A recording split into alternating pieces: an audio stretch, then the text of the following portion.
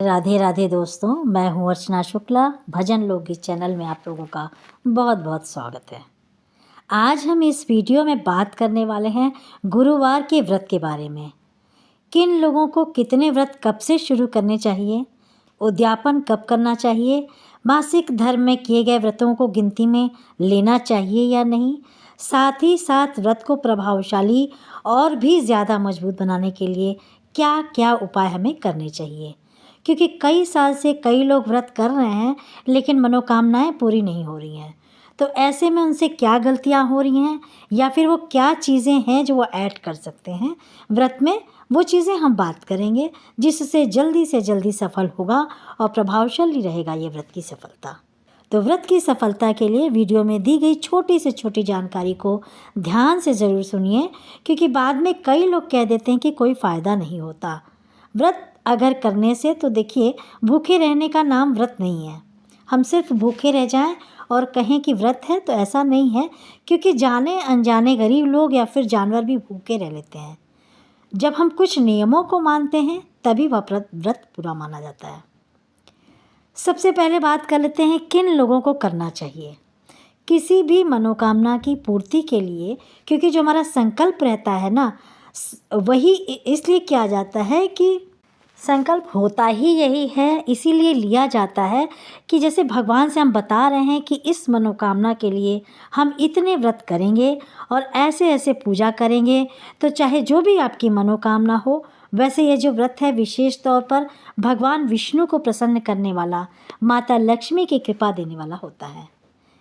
तो साथ ही साथ बृहस्पति ग्रह को मजबूत करने का भी सशक्त माध्यम है ये। बृहस्पति ग्रह एक महिला के जीवन में पति, पुत्र और धन धान्य सुख का कारक होता है। तो अगर संतान नहीं है या फिर शादी नहीं हो रही है या तो ज़रूर ये करिए। पति से प्रेम नहीं मिल रहा है तो ज़रूर करना चाहिए। धन धान्य की प्राप्ति के लिए भी कर सकते हैं। पुरुष लोग जो है नौकरी नहीं मिल रही है या फिर कर्जदार हो गए हैं, बेरोज़गारी है, तो इस चीज़ के लिए भी वो गुरुवार का व्रत कर सकते हैं। और जब हम संकल्प लेते हैं तो निश्चित ही पूरा होता है, क्योंकि संकल्प से कोई भी व्रत का फल आपको मिलता है। ठीक है, यह भी ध्यान रखना है कि अच्छे से अच्छे तरह से आपका संकल्प पहले गुरुवार को बोलना है कि कब से शुरू करना है। खर मासों को छोड़ के किसी भी माह के शुक्ल पक्ष से आप ये व्रत शुरू कर सकते हैं। वैसे बहुत ही शुभ महीने में जो है इसकी शुरुआत करते हैं, जैसे माघ का महीना हो या सावन का महीना हो, तो आप ये व्रत उठा सकते हैं। कितने व्रत करने चाहिए? 16 गुरुवार के व्रत करके 17वें गुरुवार को है जो है आपको उद्यापन करना चाहिए।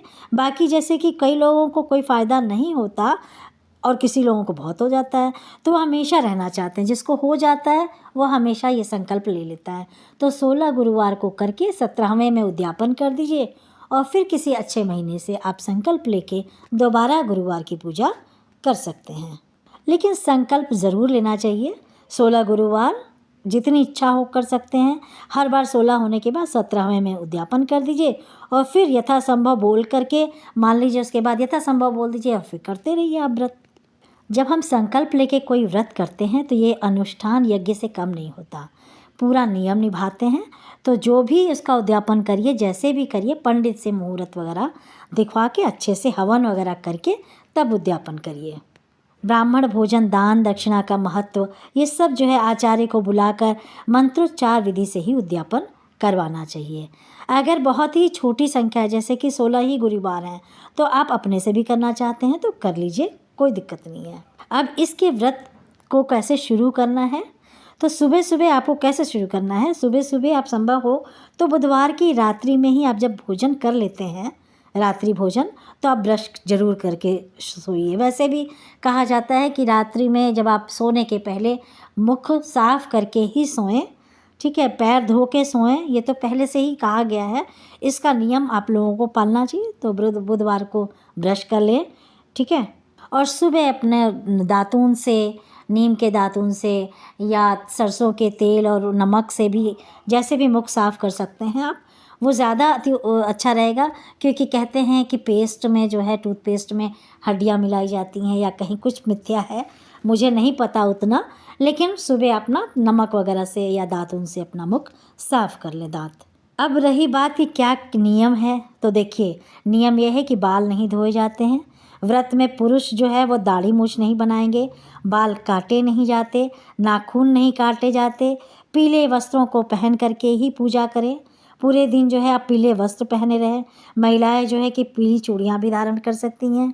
कुंवारी कन्याएं जो हैं वो पीला मौली धागा हमेशा बांधे रह सकती हैं। इससे बृहस्पति ग्रह मजबूत होता है। और क्या क्या करने होते हैं? गुरुवार के व्रत में एक खास नियम होता है कि बाल नहीं धोए जाते, घर में पोछा नहीं लगाया जाता, कपड़े नहीं धुले जाते। लेकिन इस बात को लेकर मन में डरिए मत। तीनों चीज़ें जब इकट्ठा 3 गुरुवार तक होती हैं तब कोई नुकसान पहुंचता है। इनमें से कोई एक चीज़ रह जाती है तो अपने मन में शंका या डर कुछ मत रखिए।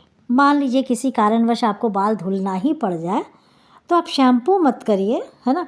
पानी में हल्दी थोड़ा सा डाल करके केवल बालों को गीला करके स्नान कर लीजिए। पूरे घर को पोछा नहीं लगाते या गोबर से जो लीपते हैं वो नहीं लीपा जाता है। एक तरह से सफाई वर्जित होती है। जाले नहीं साफ करने होते हैं। किसी भी देवी देवता को गंदगी पसंद नहीं होती है। तो आप पूरे गुरुवार के दिन हॉल में कचरा मचाकर मत रखिए। रसोई साफ ऐसा करिए ताकि पोछा ना लगाना पड़े। थोड़े सफाई से काम करिए। धोबी को वस्त्र नहीं देना चाहिए, है ना। अवॉइड करिए। अगर मान लीजिए गुरुवार को किसी को पैसा देना पड़ जाए, अवॉइड करिए पैसा देना लेना, है ना। बिल है या महीने का वो कुछ पैसा देना है आपको तो आप एक दिन पहले दे दीजिए या एक दिन बाद दे दीजिए। गुरुवार को अवॉइड करिए। दूध का पैसा देना है, बच्चे की फ़ीस देनी है तो यथासंभव आप गुरुवार के दिन ना दे के बुधवार या शुक्रवार को कर सकते हैं। गुरुवार के दिन अगर कपड़े धुलने भी पड़ जाएं तो सर्फ या साबुन का इस्तेमाल मत करें, ऐसे ही धो लें। अंडरगारमेंट्स हैं तो धुलना ही है, तो इस तरह से आप हल्का पानी से ही धुल लें बस। इसीलिए सभी मतलब महिलाएं जो हैं घर की बुधवार या शुक्रवार को कपड़े धुलती हैं, बृहस्पतिवार को बचती हैं कपड़े धुलने से। देखिए पूजा की सफाई होगी और महिलाएं घर में स्वच्छ कपड़े ही पहन के रहेंगी तो उसका अति से ध्यान रखना है कि आप पहले ही साफ़ सफाई जो कपड़े हुए हैं उसको पहनिए और बहुत डीपली सफाई ना करके ढंग से ऐसे ही पूजा कर लीजिए। थोड़ा सफाई। किसी भी देवी देवता को गंदगी पसंद नहीं है तो बढ़िया से किचन वगैरह आप साफ़ करके भोग बना सकते हैं। भगवान का भोग लगाकर फिर जो प्रसाद है वो ग्रहण करें। लोगों का प्रश्न होता है कि मांसाहारी जो हैं किसी अन्य दिन खा सकते हैं या नहीं, तो देखिए पूरे ही तरह से आपको मांसाहार का त्याग करना चाहिए। राक्षसी भोग है ये राक्षसी भोग है तो उसका तो त्याग करना चाहिए। उसके लिए तो कोई विधि विधान नहीं है या हम नहीं बता सकते। पहले के ब्राह्मण लोग तो ऐसे व्रत करते थे कि एक पाँव पर खड़े होकर पूरा नियम निभाते थे, व्रत करते थे। और इस तरह से ग्रंथों से पता चलता है कि आपको जो है पूरी तरह से मांसाहार छोड़ देना चाहिए और फिर ही व्रत करना चाहिए। अगर आप व्रत के दौरान भी मांसाहार नॉनवेज खाते हैं तो व्रत की सफलता में तो फिर शंका है। फिर आप किसी को भी ऐसा कमेंट या प्रश्न करके मत पूछिए कि व्रत सफल नहीं हो रहा है या मैं क्या करूं। तो भोजन आपको क्या करना है व्रत के दिन? एक समय मीठा भोजन आपको करना चाहिए। कई लोग कहते हैं कि जैसे दाल हो गई, चने की या आटा हो गया गेहूं का, तो ये 2 अनाज हो जाते हैं। तो जैसा आप संकल्प लेंगे वैसा आप अनाज खा सकते हैं, कोई दिक्कत नहीं है। बेसन से बनी चीज़ें आप पूरे व्रत में ग्रहण करेंगे। वैसे अगर ग्रंथों की बात कही जाए तो व्रत कथा के अनुसार जहाँ पे भोजन की बात लिखी है, भोजन में आप चाहे जैसा जो भी हो एक ही अनाज लेना होता है। तो चने की दाल लेंगे तो गेहूं का आटा खाते नहीं हैं, 2 अनाज तो हो जाते हैं। तो अब जैसा आप संकल्प लेंगे वैसा आप करें। 2 अनाज खाते हैं तो 2 ही अनाज 16 गुरुवार को करिए। दूध से खा सकते हैं, गुड़ से खा सकते हैं, पराठा खा सकते हैं। इस तरह से आप व्रत में एक टाइम का भोजन ग्रहण कर सकते हैं। लेकिन अगर किसी को कमजोरी है, कोई स्वस्थ नहीं है, तो वो दोनों टाइम भोजन करके भी रह सकता है। रही बात मन की श्रद्धा की, तो मन की श्रद्धा के अनुसार और अपनी मन की शक्ति और तन की शक्ति के अनुसार ही व्रत और पूजा पाठ करते हैं। और भक्ति से शक्ति लगाइए, भक्ति में शक्ति लगाइए, आपके व्रत की मनोकामना पूरी ही होगी, इसमें कोई भी संशय नहीं होगा। जब आप भगवान को भोजन का भोग लगाते हैं ना, तो वो प्रसाद बन जाता है, वो अमृत बन जाता है। उसको आप 2 टाइम लीजिए, 1 टाइम लीजिए, आपका शरीर जैसे संभव होता है उस हिसाब से करिए। पहली रोटी जो है गाय को होती है और अंतिम रोटी कुत्ते की होती है। उसको छोड़ के बाकी आप अपना भोजन ग्रहण करिए और बहुत प्रसन्न मन से भोग को बनाया जाता है। तभी आप में एनर्जी, वाइब्रेशंस आती हैं और संकल्प पूरा होने का विधान होता है। धन्यवाद। आपको मेरी जानकारी कैसी लगी और आपको ये मेरा बताने का आइडिया कैसा लगा, ज़रूर बताइएगा। धन्यवाद।